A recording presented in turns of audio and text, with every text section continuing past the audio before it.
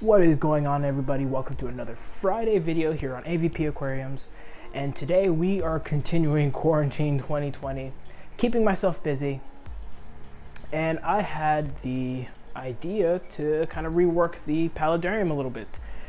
And by a little bit, I mean I've pretty much completely reworked the entire above water section of the Paludarium.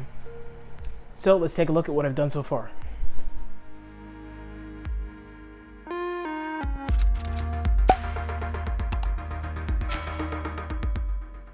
So, like I was saying, the top of the Paludarium is pretty much bare bones at this point. I really needed to clean out a lot of the moss that had grown in. It was pretty much overtaking everything. This whole section down here was almost nothing but moss and pilia. I'm not going to be pulling this off, just trimming it back. And yeah, I've pretty much pulled everything else off. Oh my gosh, I have a waterfall. You could not see this waterfall before the plants had grown in so much. But that is where things stand right now. Doing a little bit more cleanup work. I might add a little bit more to the land area. Just to give me a little bit more areas to plant in. And just to play with that, see how it goes. Alright, so before I do anything else, I did remember I wanted to show you guys.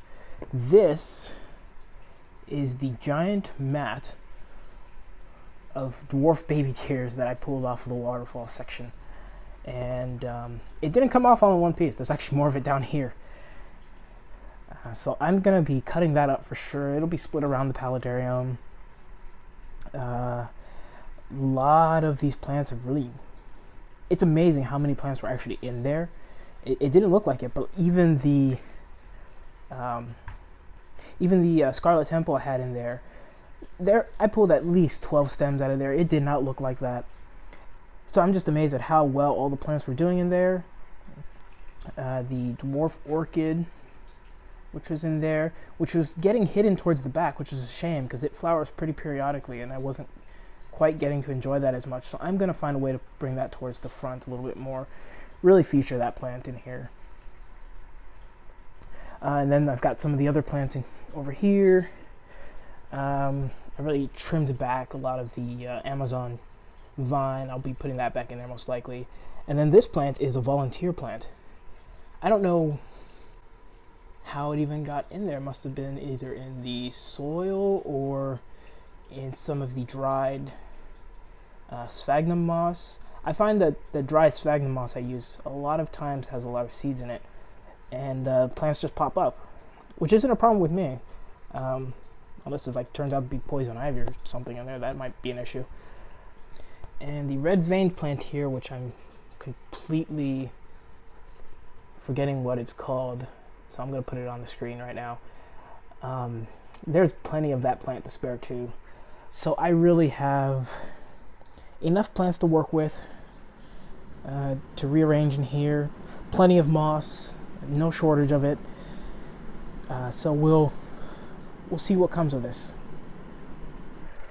Alright, so after going through and putting in all the dried sphagnum moss, you can see it's a nice solid planting area now. I can put some substrate on there, add some plants, and the roots of the plants will grow through that and into the water, which is perfect for the water conditions underneath and perfect for the plants because they get a nice source of fertilizer. So yeah, now I'll go ahead and put some substrate on there and we'll get to planting.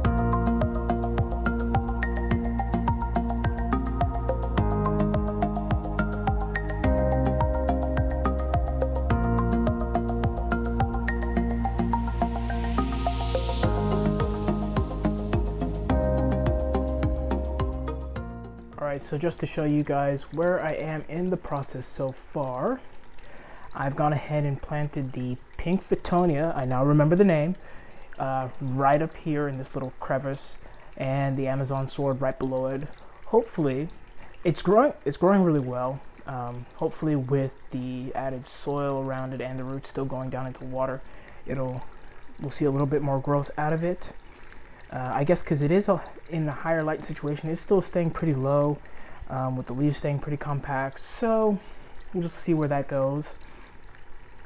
The dwarf orchid that I have in here, the Masdevallia, had really grown quite a bit, so I was able to split it up. My original intent was to just split it up into 2 pieces, but I had a smaller shoot fall off as well, so it's now growing in. I have it planted in 4 places. I have a smaller piece up here closer to the waterfall, one of the larger pieces sticking here, which is a little bit, which it used to sit up over here where the Fittonia is. Now it's sitting over here. Hopefully it'll be more of a feature plant there.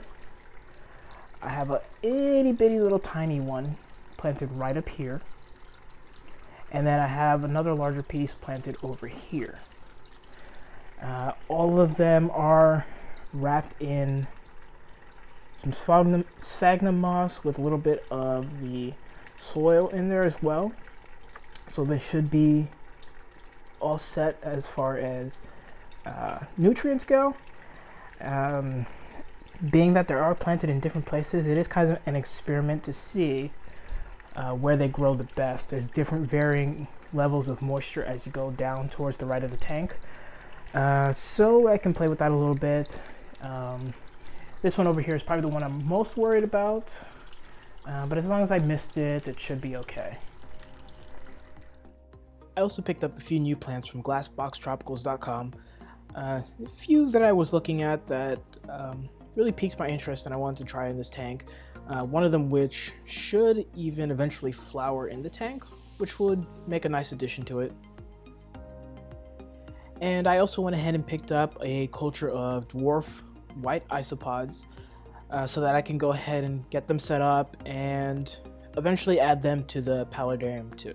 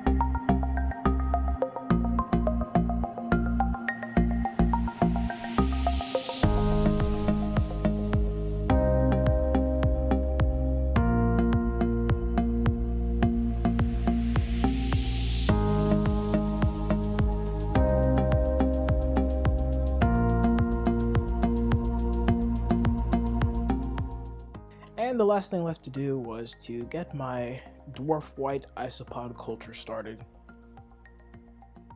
I decided not to put any of them into the Paludarium as of yet. I figured I would go ahead and get the culture set up and let them populate in there, and then eventually, once I see enough numbers in there, move a few of them into the Paludarium. Since they're not a really big species of isopod, I didn't need to use that large of a container for them, but I did have one that would give them enough room for the population to grow without them getting overcrowded.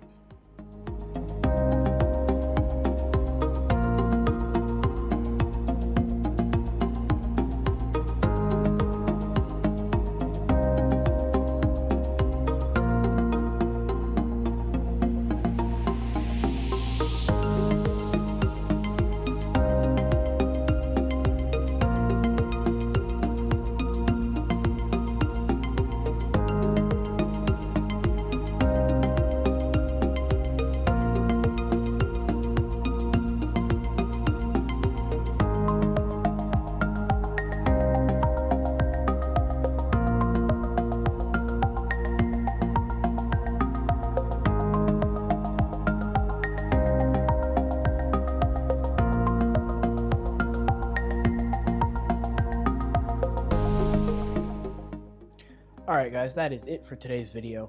As always, thank you for watching. Remember to hit that like button, subscribe, comment down below, and I will see you in the next video.